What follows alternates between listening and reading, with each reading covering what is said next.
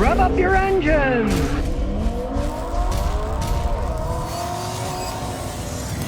Today I'm going to show you how to find and fix car radiator leaks. Now in the case of this Mercury Grand Marquis, the coolant is leaking down the front where the radiator is. So we'll take this plastic shield out of the way. Then we'll get a flashlight and start looking around. Realize the radiators are made out of aluminum, even they're called plastic radiators because they have plastic ends. And as we look around, we can see there it's leaking. And right there, somebody attempted to fix it using epoxy. But the epoxy didn't work and it's leaking all over the place. From my experience, it's a complete waste of time trying to fix a plastic radiator, and here's why. 21 years old. The plastic gets brittle. If it cracks and you fix a crack, the whole thing's brittle. It's going to crack somewhere else, or the brittle plastic might not even hold the epoxy. So when it's broken like this, just replace it. But it's not as bad as you might think. My customer bought a brand new radiator for it. Now this brand new radiator only cost $119 at a discount auto parts store. They're made out of plastic and aluminum. They're cheap to make. You can buy Chinese ones, no problem, as long as they fit. Like I said, made in China.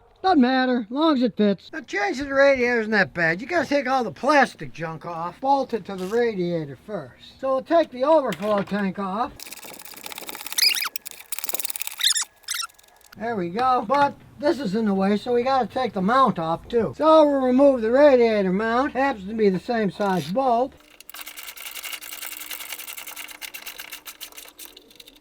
Off comes the mount. Then we get to the little spring. That holds the tank on. It's kind of a pain, so we'll take the top one off instead. It's easier to get to. So we'll wiggle it some more and see if we can get it off.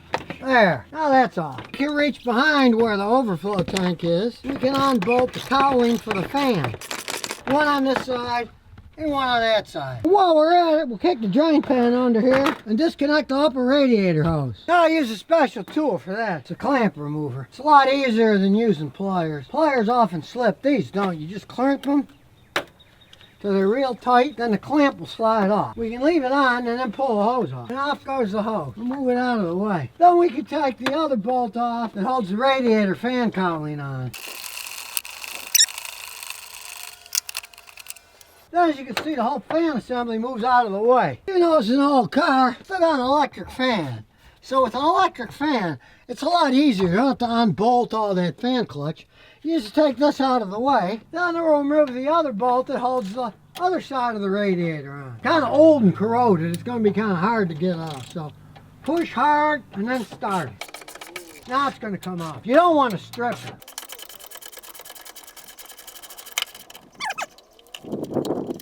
Take it off, get it out of the way. Now the radiator seems to be sticking on the bottom, so let's get under here and check it out. A couple of bolts down here we got to take off too. And while we're under here, we'll take this hose off, the bottom hose, so we can get it out easy. Then once it's loose, we can pull it off. Sometimes they stick on pretty hard. Eventually they'll pull off. Then we'll remove the coolant lines here. Pull them off to get enough room to pull out the radiator. That's an extra cooler here. Normally they're built into the radiator, but not on this one. So it actually makes this a somewhat easier job. Then out it comes. Bites it every inch. Then you get the new radiator. That goes over there, because the other one's on the bottom, and slide it in. Got to do a lot of wiggling here. Finally, it slides in. Then before I forget, we'll put the mounts on. We want to make sure the mounts line up on both sides. Then we'll put the coolant hoses back on, and as usual, the one clamp's disappeared, so I have a box ready to put regular clamps on. They work better anyways. Then we'll stick the fan back on. As you can see here, it snaps in place. Then you bolt it on each side. Then we'll put the tank back in place, bolt it on. Put the hose on, then put the top radiator hose back on. We'll try the pliers this time. Getting it on is usually easier than getting it off. And it certainly was. And go back under the car. You don't want to forget the other hose. You'll have a giant mess. There's the hose. Goes right on there. And we'll put the clamp on. And on it goes. Nice and tight, and then we tighten the bolts on the bottom back up. Then comes the easy part. Fill it up with coolant. In this case, it's the old Ford coolant. We put in 50% coolant and 50% water. And start the vehicle up to warm it up. Half coolant, half water. This is the water half. Now, unfortunately, as it's warming up, check it out. Bunch of smoke is coming out of the exhaust. As you can see, it has no tags, so I'm guessing that he drove it with a hole in the radiator, probably blew the head gasket. Only time will tell, but with this much smoke coming out, I'm guessing the head gasket's blown. And you just pull it up to the top, put the cap back on, take off the prop rod, then pray the head gasket is not blown. Only time will tell on that one. So the next time your radiator craps out, why not replace it yourself? And save a ton of money. You might even get something for the aluminum that's in the radiator that you're throwing away. And here's some bonus questions and answers. Janopia says, Scotty, what should I look for when buying a used hybrid car? I know people say buy a Toyota Prius, but I'm interested in Ford C-Max since it's more affordable. What should I look for when I buy a hybrid car? Well, if I were you, I'd look for something that wasn't a hybrid car because they're very expensive as they age. Now, you mentioned, what about under 60,000 miles? Okay, if you buy a hybrid car under 60,000 miles, generally, they don't fall apart till they're well over that. I had a customer with a Ford C-Max, and it didn't start to have problems with the hybrid drivetrain until it had 165,000 miles on it. So if you buy one under 60, you probably won't have a hybrid system problem till then.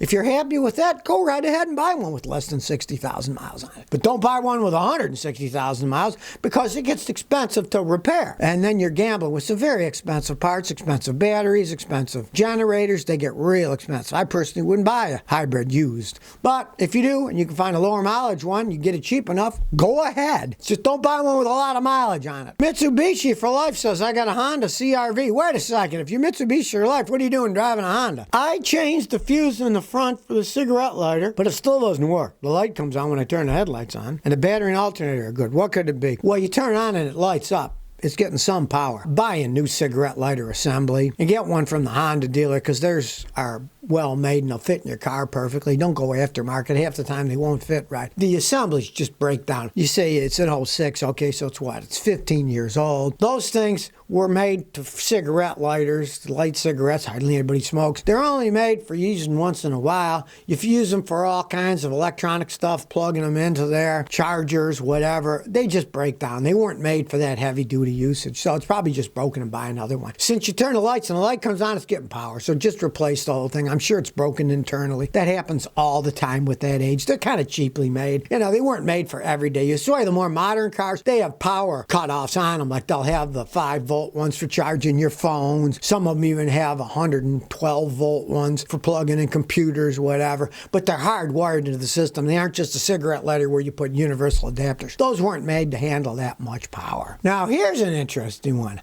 Hyzon Motors is making hydrogen fuel cells in Rochester, New York. Now, they're kind of being sneaky, and if you look up Hyzon, it'll say they're headquartered in Rochester, New York. Well, actually, it's a Singapore corporation. They're very good businessmen there. Of course, the land and everything costs so much in Singapore. They're not going to build hardly anything there. But this company has already made over 1 million fuel cells, and they're getting ready in Rochester, New York, even though they are a Singapore corporation, to make hydrogen fuel cells for big 18-wheeler trucks. As far as I can see now, that's definitely going to be the near future. Yes, this isn't something like solid-state electric batteries that might be 10, 20 years or more in the future. These actually exist, and once they put an infrastructure of hydrogen, the big 18-wheel trucks can be on hydrogen fuel cells and not pollute anymore. The only problem, as we've talked before, is a lot of hydrogen is what they call gray hydrogen. They use hydrocarbons to create it. It's a very polluting thing to create the hydrogen. If they make green hydrogen, then they'll truly be green vehicles. Because, I mean, let's face it, if they're using electricity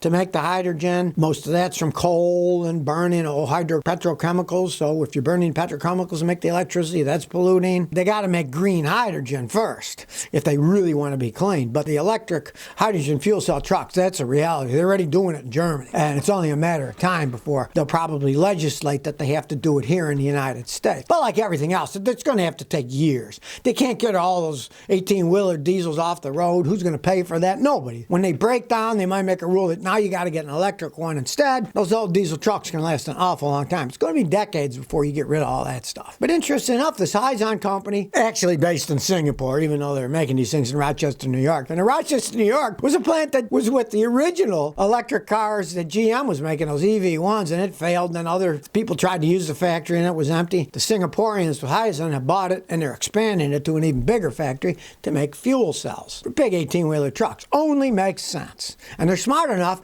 to do it in the United States. So they're not going to have to worry about import tax either. If it starts starts to get big and people start saying, oh, we got to make them here, they'll already be making them here in Rochester, New York. So if you never want to miss another one of my new car repair videos, remember to ring that bell.